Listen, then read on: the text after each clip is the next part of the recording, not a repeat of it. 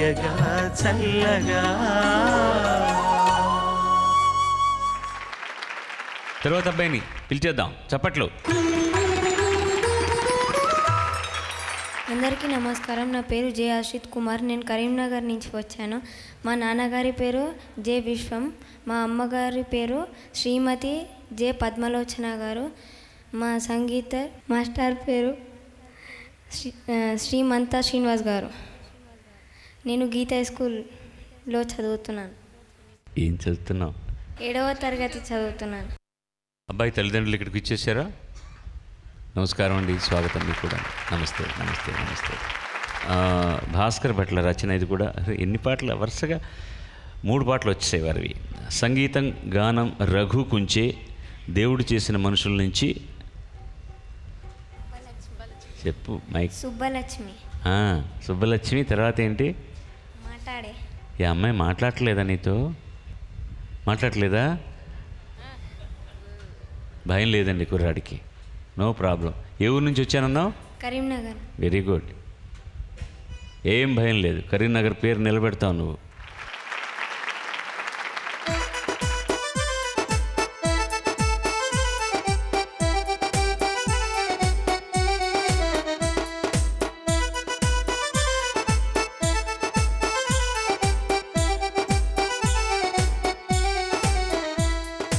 సుబ్బలక్ష్మి మాట్లాడ సుబ్బలక్ష్మి, ఇటు చూడ సుబ్బలక్ష్మి, ప్రేమిస్తే సొమ్మె పోతాదే.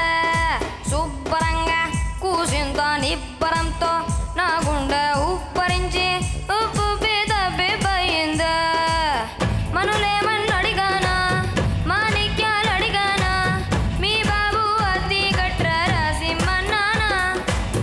మనులేమని అడిగానా, మాణిక్యాలు అడిగానా, మీ బాబు అతి గట్ర రాసిమ్మన్నానా. Subbalakshmi, Don't tease me. Subbalakshmi, Please love me. Subbalakshmi మాట్లాడ సుబ్బలక్ష్మి, ఇటు చూడ సుబ్బలక్ష్మి, ప్రేమిస్తే సొమ్మె పోతాదే. శుభ్రంగా కూసింత నిబ్బరంతో నా గుండె ఉప్పరించి ఉప్పు తప్పిపోయిందే.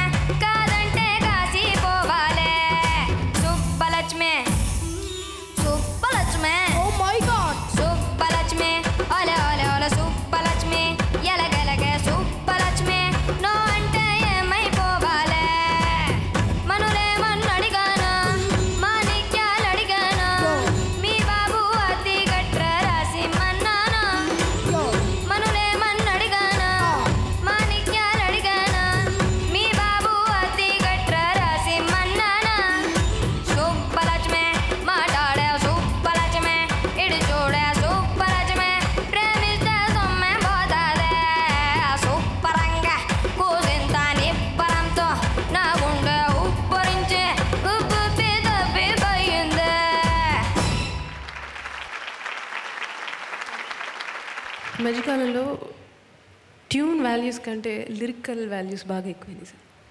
సుబ్బలక్ష్మి అనే వర్డ్ లేకపోతే సాంగ్కి హిట్ లక్షణం లేదు. సో చాలా ఈ మధ్యన అంతా పదాలతోనే పరిగెడుతుంది ట్యూన్ కంటే కూడా. Presentation super. Thank you. మంచి డెఫినెట్గా బ్రైట్ ఫ్యూచర్ ఉంటుంది. ఇలాగే కంటిన్యూ చేయి. కరీంనగరే కదా, కరీంనగర్ ఏలేస్తా. ఇంటికి సుబ్బలక్ష్మి ఎవరు? ఎవరు లేరా? మరి ఇందాక మాట్లాడలేదన్నా? పర్లేదు, అమ్మా నాన్నగారు లేరు అనుకో. చెప్పు. నిజంగా ఎవరు లేరా? దొరికినప్పుడు చెప్తాను. తర్వాత చెప్తావా? ఇలా ఓకే సరే, మనం తర్వాత మాట్లాడుకుందాం. వద్దులేనైనా నీకు సుబ్బలక్ష్మి అనే భార్య దొరకని, లేకపోతే నువ్వు దొరికిన భార్యకు సుబ్బలక్ష్మి అని పేరు పెట్టుకో చాలు. ఇప్పుడు ఎవరికోసం శుభ్రంగా ఉండి ఏం వెతుక్కోవద్దు నువ్వు. వద్దు. నిజంగా ఏం చెప్పాల్సిన అవసరం. ఇది మన ఇంగ్లీష్లో కొన్ని పదాలు ఉన్నాయి కదా, యాటిట్యూడ్. ఇలాంటి పాటకి ఎలా పాడాలి, గొంతుకను మార్చి రఘు ఎలా పాడాడో. ఆయన వయసు అయిన వాడు, అనుభవజ్ఞుడు. ఈ పిల్లవాడికి ఎలా తెలుస్తుంది అది ఎంత చక్కగా ప్రజెంట్ చేశాడో. నిజంగా ఇట్ వాస్ కరెక్ట్గా పాటకి ఏం ఎక్స్ప్రెషన్ కావాలో నీట్గా ప్రజెంట్ చేసేసాడు ఆ పాటని. It was very very very neat and straight.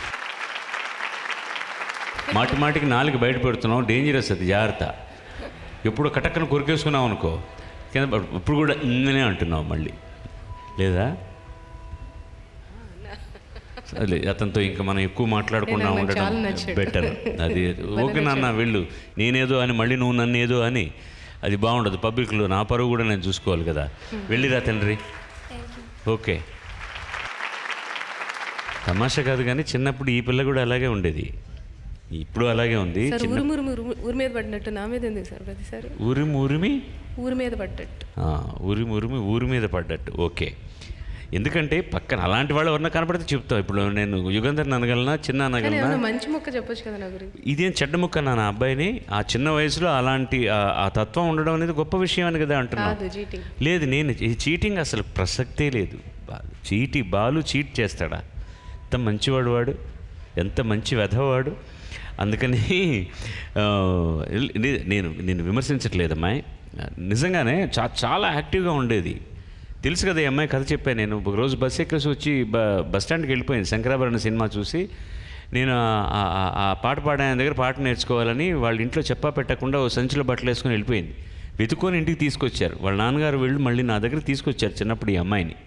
శంకరాభరణలో పాడింది నన్ను చూసి ఈయన కాదే అన్నాం అనుకుంటాను కదా. సోమయాజులు అంటే పాట పాడారు, ఆయన మోసం చేసి తీశారు. ఈయన కాదు, సోమయాజులు కదా పాట పాడింది అని. అంటే చిన్నప్పటి నుంచి పాట పట్ల ఆపేక్ష, తాపత్రయం. మీకు తెలియని విషయం ఇంకోటి ఉంది సార్. చెప్పు. ఈరోజు చెప్తున్నా సభాముఖంగా. చెప్పే. ఆ రోజు నేను శంకరాభరము అన్నానంతే, ఆపే అన్నారు. శంకరాభరము అంటే ఆపే మనకి ఏమంటానండి నేను. సార్ నాకు వచ్చింది అదే, నువ్వు ఆపే అసలు కాకిలా పాడుతున్నావు అని అన్నారు. నాకు చాలా బాగా గుర్తు. కాకి గొంతు వేసుకుని మీ అమ్మాయిని తీసుకెళ్ళిపోండి, నా వల్ల కాదు సంగీతం నేర్పడం అంటే. మనసులో ఒకటే అనుకున్నా, ఆయనకి రాదు సంగీతం, ఆయనకి తెలీదు. చాలా సూపర్గా పాడు. అది మాత్రం సత్యం, అది మాత్రం నిజం. ఆయనకి రాదు, ఆయనకి అదృష్టం లేదు, నేర్పే అదృష్టం అని చెప్పేసి వెళ్ళిపోయా అంతే. కానీ ఫస్ట్ డ్యూట్ మళ్ళీ బాలుగారితో పాడడం నిజంగా నా పూర్వజన్మ సుకృతం. అందాలమ్మో అందాలు, చెందాలమ్మో చెందాలు, బుగ్గ సిగ్గిపోయి ముద్దే కోరిందోయ్ ఓయ్ ఓయ్. చింత చేరుమా శృంగార శిల్పమా, చేరదీయుమా ఒడి చేర్చి ఏలుమా, ఓ చెమ్మా చెక్క పక్కల్లో చక్కని చుక్క చిక్కాలమ్మో. ఈ సాంగ్ మీతో ఫస్ట్ గుర్తులేదు. ఆయనకి రాజ్కోట్ గారి కోటి గారి మ్యూజిక్లో, ఈవీవి గారు డైరెక్షన్. ఆయనకి ఇద్దరు.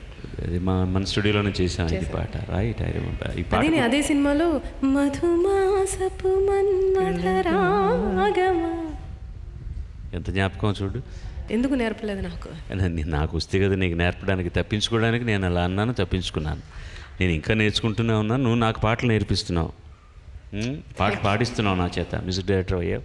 అంతకంటే ఏం కావాలి? I'm very happy, I'm very proud of you. Thank you. సరే, ఇదంతా చూస్తుంటే నాలో ఒక చిన్న కవి హృదయం పొంగి, ఒక చిన్న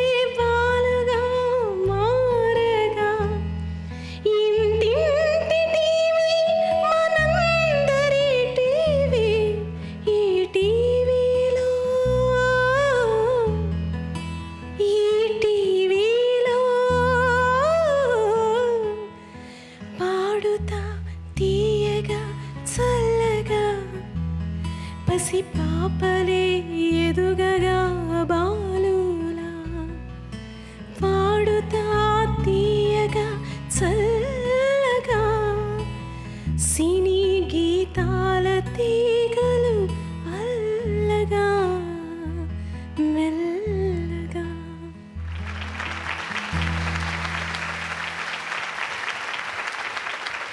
పొగడ్త భరించడం చాలా కష్టం.